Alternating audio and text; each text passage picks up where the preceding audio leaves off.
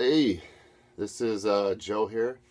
I'm going to do a quick pickups video of the things I got from the Portland Retro Gaming Expo of 2014. And I want to start off by saying that was by far the craziest video game trading buying event I've been to by far. It was pretty much the Super Bowl of those kind of shows. It was pretty overwhelming. Went with some good friends of mine. We had a great time. Was very exhausted. I'm sure I looked absolutely insane at some points from lack of sleep. But without any further ado, here's what I got. This is going to be in no particular order. And okay, let's start it off with this Gamester 81 game for the ColecoVision. It's autographed by Gamester 81. Got to meet him. He was a really cool dude. I had no intentions of buying anything for the ColecoVision. I'm not a big fan of the system. I don't think I've ever even played it, but I recently got one, and like seriously 2 days before the show, so it kind of felt like, you know, I should just get it.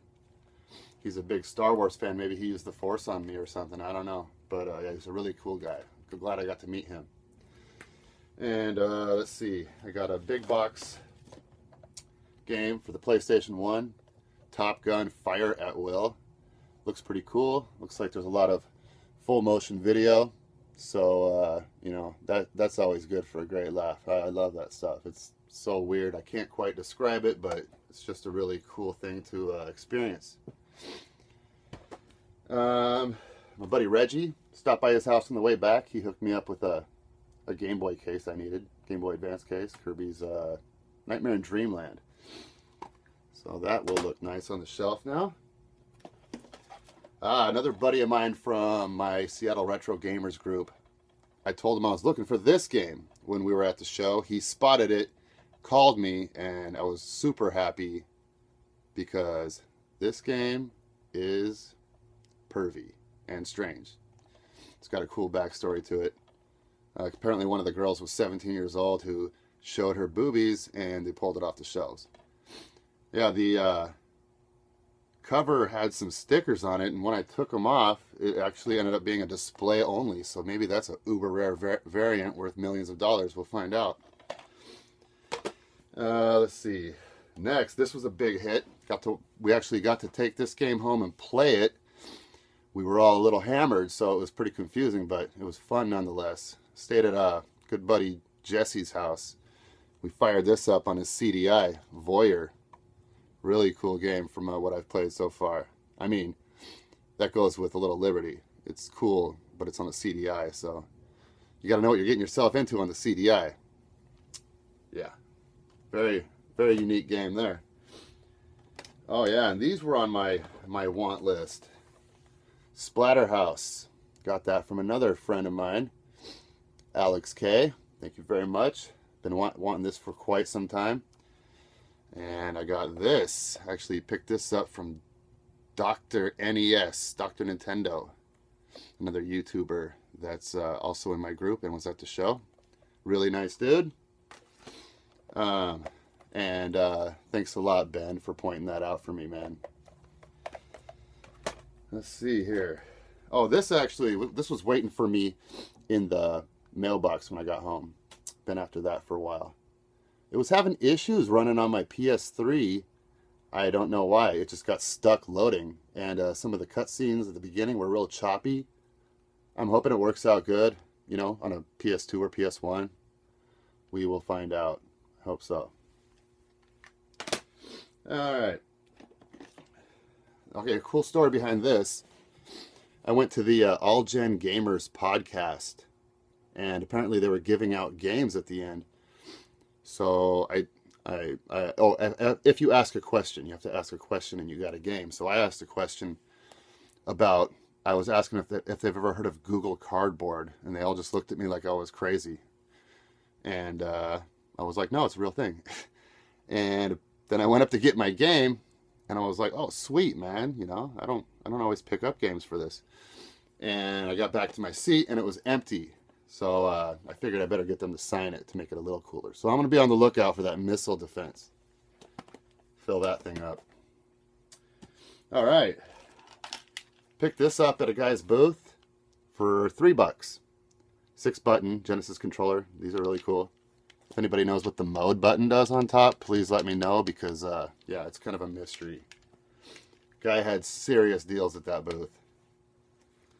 All right. Oh, speaking of that booth, I picked both of these up. $2.50 each. I mean, I'm a big Narc fan. That should be cool. Bad dudes. Are you bad enough to save the president? Are you bad enough dude to save the president?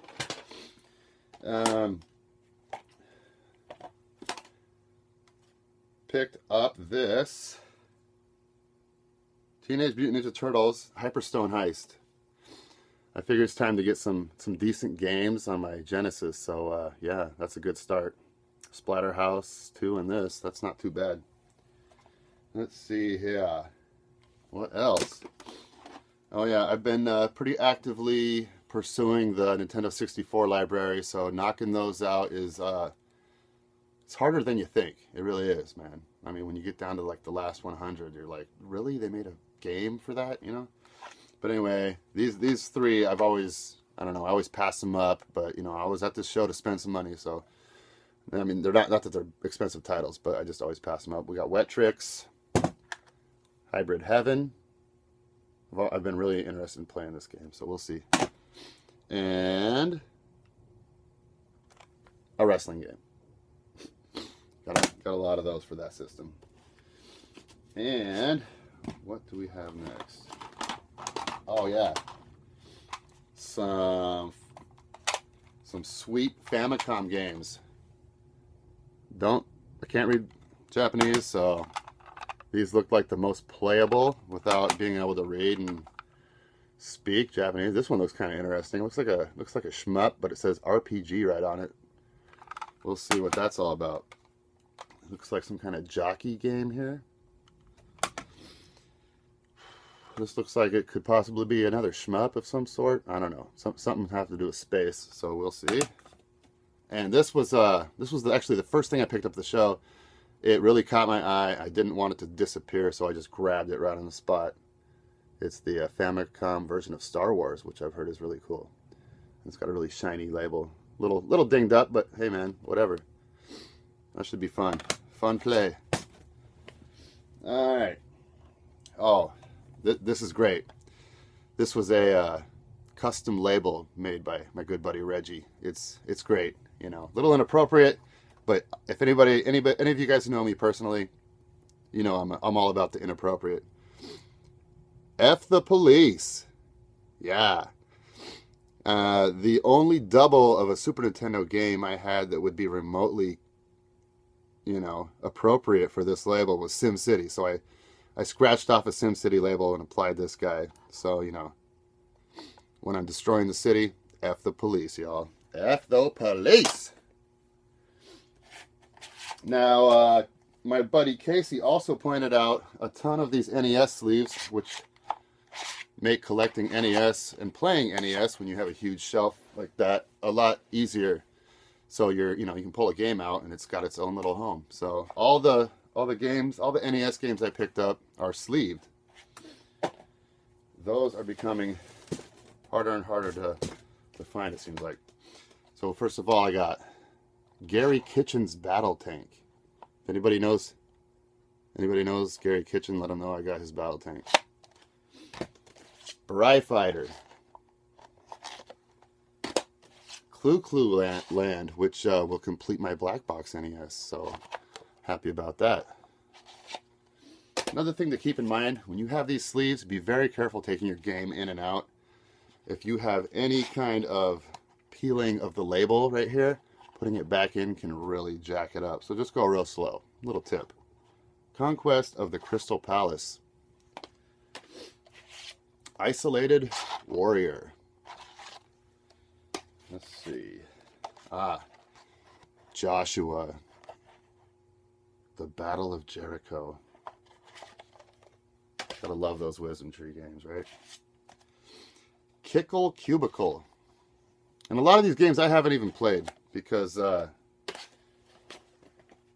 don't own them and I haven't really emulated them to make it a little more exciting. Oh, here's a freebie from my buddy Casey the Game Nerd. Legends of the Diamond. Micro Machines. Love these gold cartridges. The Mutant Virus. North and South. LXK Special.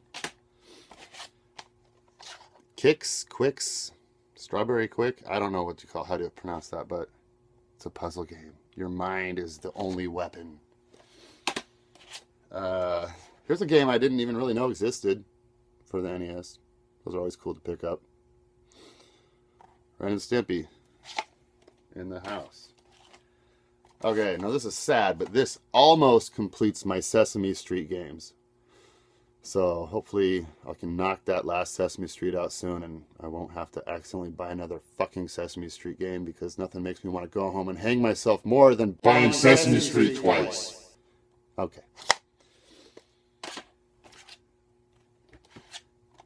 The Terminator. Now I finally have Terminator 1 and 2. That's good to know. I don't know why it took me so long to find that. The Untouchables. I bought this from Terry, Tyler's dad, Luigi Freakout 123, I believe, is their YouTube channel. Really cool guys. I'm glad I got to meet them. And, you know, with technology and, I mean, apps and lists, knocking off the NES set is never an easy task. I managed to still mess up and buy a double. Videomation. And you know what's the worst part about it is, it's not a game, it's a drawing and animation system. So yeah, got a double of that. Maybe it'll be a label upgrade, we'll find out shortly. Hopefully it is. So I'll have a little bit of redemption. Oh, and then the gem of the bunch, I picked up Snow Brothers. Got a pretty good deal on that, and with manual. So, knocking out one of the heavy hitters. That feels good. Feels good. And it's a good game. You know, I'm sick of paying like big money on games that are just rare and suck, you know. But that's part of it. And last but not least, making sure here, a couple of handheld games that were a little strange looking to me. First of all, we've got Joshua, the Battle of Jericho, but for the Game Boy. This did not work on my Game Boy Advance. However, I talked about it in another cool Facebook group, Game Boy Collectors. And they say it'll work fine on a different Game Boy device other than the Advance. So I'm going to try that out here in just a minute. And Micro Machines for the Game Gear. It's one of those funky Baby Got Back style cards. Dat ass. So yeah, another game for the Game Gear.